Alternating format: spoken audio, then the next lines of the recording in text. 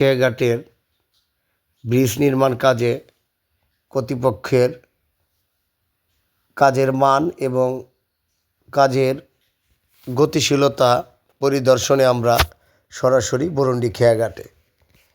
এখানকার জনসাধারণের সাথে কথা বলে জানতে পেরেছি বৃষ্টি দ্রুত গতিতে হলে তাদের যাতায়াত ব্যবস্থা থেকে শুরু করে জীবনযাত্রার মান একটু উন্নতি না বিশাল উন্নতির দিকে ধাবিত হবে।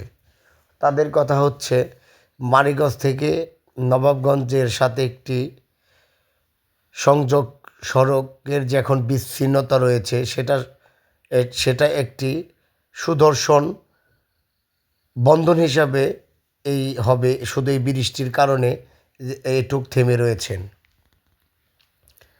ব্রিজের চারপাশে নদী আবৃত, জনসাধারণের প্রচুর ভোগান্তি হচ্ছে বৃষ্টি না হওয়ার কারণে।